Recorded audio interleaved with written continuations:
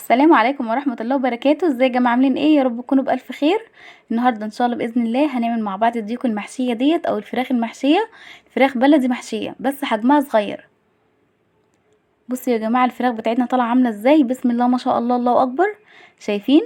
تحفة. مش الشكل بس اللي حلو، كمان طعمها بسم الله ما شاء الله، الله اكبر.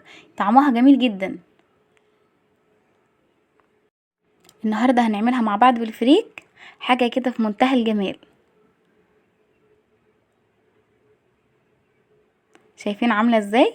هقول لكم ازاي تسلقوها من غير ما تفرقع منكم، واقول لكم على طريقه حلوه قوي بتخلي اللحم بتاعها طعمه حلو وكمان متملح من جوه، وما يكونش فيها دم ولا اي حاجه ولا اي ريحه زفاره. تابعوا الفيديو للاخر وانتوا تستفادوا كتير. ولو لسه ما اشتركتوش في القناه بتاعتي يا ريت تشتركوا.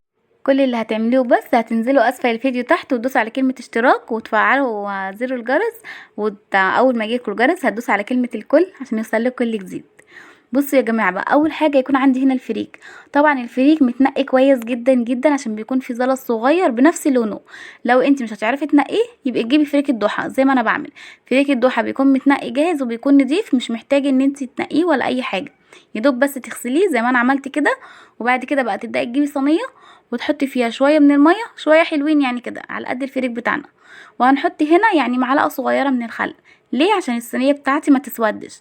لان لو ما حطيناش الخل الميه هتخلي الصينيه تسود ويبقى شكلها وحش وتبوظ. بصوا الميه غلت والصينيه قاعده زي ما هي نظيفه.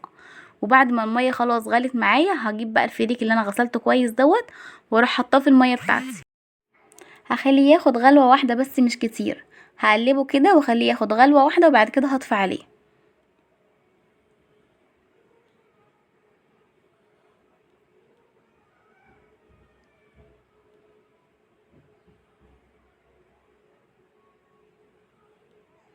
شايفين يا جماعه؟ هو كده غلى معايا. خلاص تمام كده، هطفي عليه بقى واغطيه واسيبه. غطيته وسبته شويه. بصوا الفريك بتاعي استوى ازاي. شايفين؟ ما خدش وقت خالص على النار، يا دوبك بس احنا ادينا غلوه وطفينا عليه وهو استوى من السخونيه. دلوقتي بقى هنصفي الفريك بتاعنا ونسيبه شويه حلوين كده يصفوا قيمه ربع ساعه او 10 دقايق.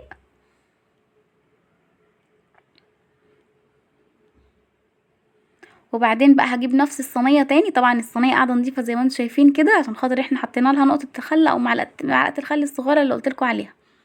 هنحط بقى هنا، سيبناها على النار لغايه لما نشفت من الميه اللي فيها، وحطينا لها اي ماده دهنيه. انا هنا حطيت زيت. حابه ان انت تحطي سمنه، حابه ان انت تحطي زبده، براحتك خالص.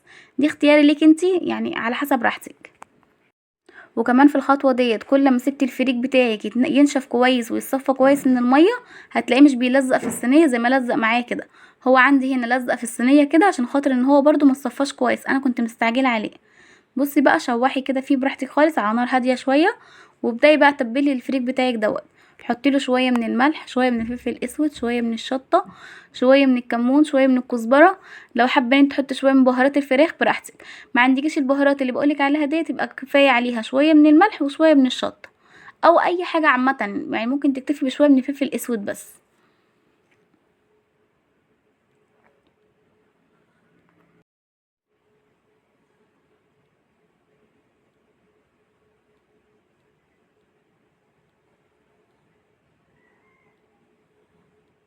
شايفين بقى بعد ما حطيت البهارات بتاعتي ديت؟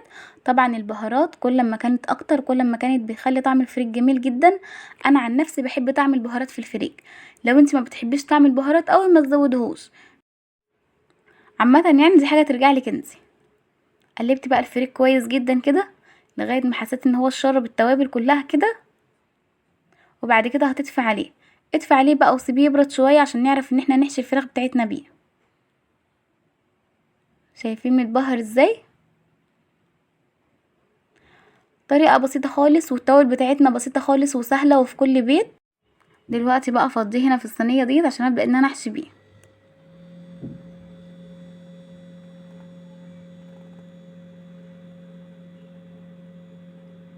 هجيب بقى الديك بتاعتي او الفراخ بتاعتي. شايفين هي حجمها كده كان حلو، واحد تقريبا كيلو، والتاني كان كيلو الا ربع او اكتر من نص كيلو بشويه. شايفين يا جماعه؟ طبعا غسلته كويس.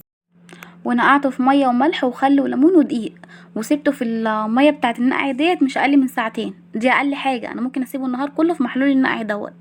وبعد كده جيت يا جماعه بقى شطفته كويس جدا بالميه وسبته لغايه لما اتصفى بقى بالشكل اللي انتوا شفتوه دوت. وبعدين بقى هنبدا ان احنا نحشيه مع بعض. احشي بقى كده كويس وما تمليهوش على الاخر قوي، يعني خليه يا دوبك حلو كده. هو عامه الفريك مش بيزيد زي الرز، بس يعني احنا مش عايزين هو نكبسه الكبس الجامد علشان الفريك ما يقعش في الشوربه او في الميه. شفتوا بقى بعد ما حشيناهم كويس اهمت، حله على النار بقى وفيها ميه بتغلي. وطبعا ما ننساش معلقتين الخل او معلقه صغيره الخل عشان خاطر الحله بتاعتي برضو ما تسودش.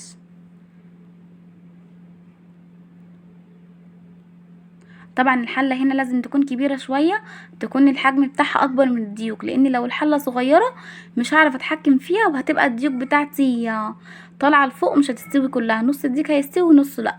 لازم تبقى الحله كبيره كده واخده يعني واخده براح كده عشان الديوك بتاعتي تعرف تستوي كويس. هحط بقى هنا ورق لورا وكبيبه صيني، وكمان بقى احط التوابل اللي انت عايزاها. برضو التوابل المتوفره عندك ضيفيها. انا هنا ضفت شطه وكمون وفلفل اسود وكزبره ناشفه وبهارات الشوربه، السبع بهارات بتوع الشوربه. خلاص بعد ما حطيت بقى التوابل والكلام ده كله هروح بقى منزله الديوك بتاعتي. الديوك تنزل على ظهرها يا جماعه، ما تنزلش على بطنها عشان الزحله ما تفرقعش. شايفين يعني الحله بسم الله ما شاء الله الله اكبر، وكمان يا دوبك شايلاه بالعافيه، يعني يا دوبك حلو قوي كده. هعرفها استوت ازاي؟ همسك الجناح بتاعها بايدي كده او بالمعلقه، اول ما يتقطع معايا هو في الميه كده خلاص هي كده استوت. بصوا بقى بسم الله ما شاء الله طالعه زي ما هي، ما اتهرتش معايا، ما فرقعتش، ما فيش اي حاجه. سيبناها بقى لغايه ما تبرد وتهدى خالص، نركنها بقى على جنب وتعالوا نعمل شويه ملوخيه خضرا كده جميله جنبها وشويه رز.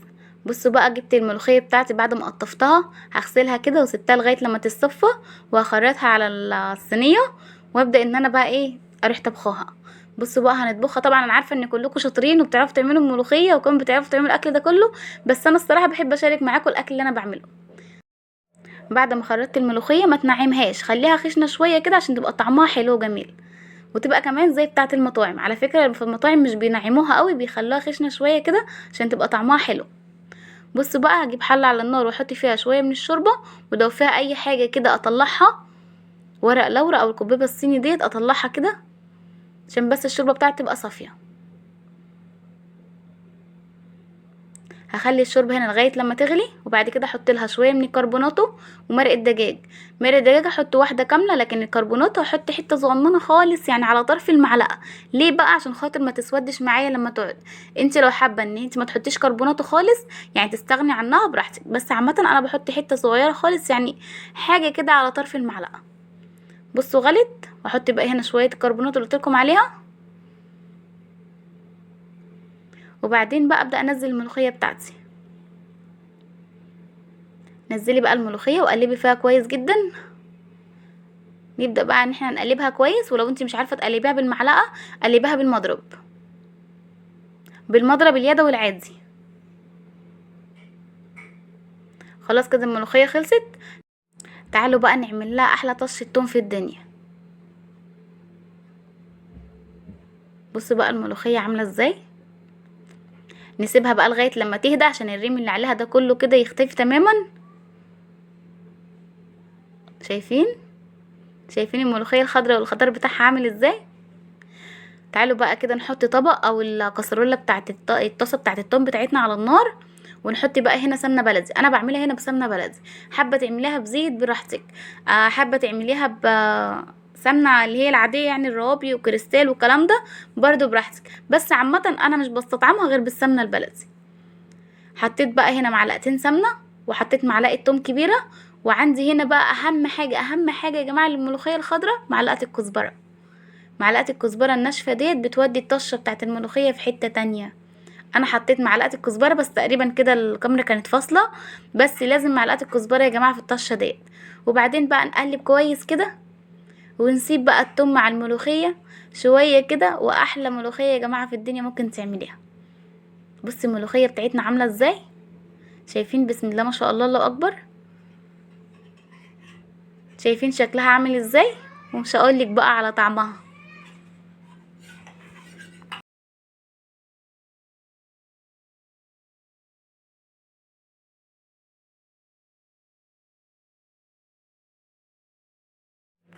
خلصت الملوخيه وكمان عملت كده شويه رز بالشعريه قوام قوام. بس يا جماعه انا للاسف ما صورتش الرز عشان وقت الفيديو ما بقاش طويل قوي يعني. انا جبته في الاخر كده وانا بس هزقيه. حطيت له هنا واحده مرقه دجاج حلوه كده، وكمان شويه من الملح وشويه من التوابل، وهبدا بقى ان انا اغطيه بالميه. انا يا جماعه على فكره العلم يعني بعمل الرز بميه من الحنفيه عادي، مش بغلي له ميه ولا اي حاجه. بغلي له ميه لما اكون مستعجله عليه، لكن غير كده بحط له ميه من الحنفيه. قلبي بقى الرز بتاعك كده، ظبطي الميه بتاعته وغطيه وسيبي لغايه لما يتشرب. اتشرب معايا بقى بالشكل دوت. هديله تقليبه كده وهدي النار عليه خالص واسيبه كمان بتاع 5 6 دقايق تاني.